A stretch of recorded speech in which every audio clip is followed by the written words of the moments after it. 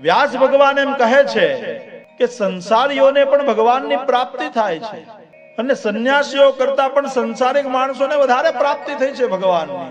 એ પછી જુનાગઢનો નરસિંહ મહેતા હોય કે મીરા હોય કે આપણે વીરપુરના જલારામ હોય, એની ઘરે તો જે છે ભગવાન સ્વયં આવ્યા હતા.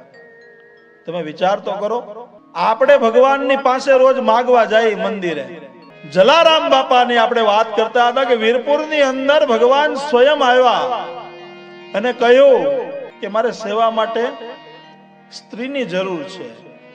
અને જલારામે આમ વીરબાઈની સામે જોયું ત્યારે વીરબાઈએ કહ્યું કે ભગત, એમાં મારી સામું જોવાનું કે મને પૂછવાનું હોય નહીં, તમે આપી દો. જો સેવા માટે મારું આ જીવન લખ્યું હોય તો મારું જીવન ધન્ય છે.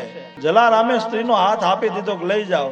પછી ભગવાન મૂંઝાણા કે હવે મારે શું કરવું? અમે લઈ તો લીધા, પરીક્ષા કરવા આવ્યો, પણ હવે તો મારી પરીક્ષા થઈ ગઈ, હવે મારે આને ક્યાં લઈને જવું?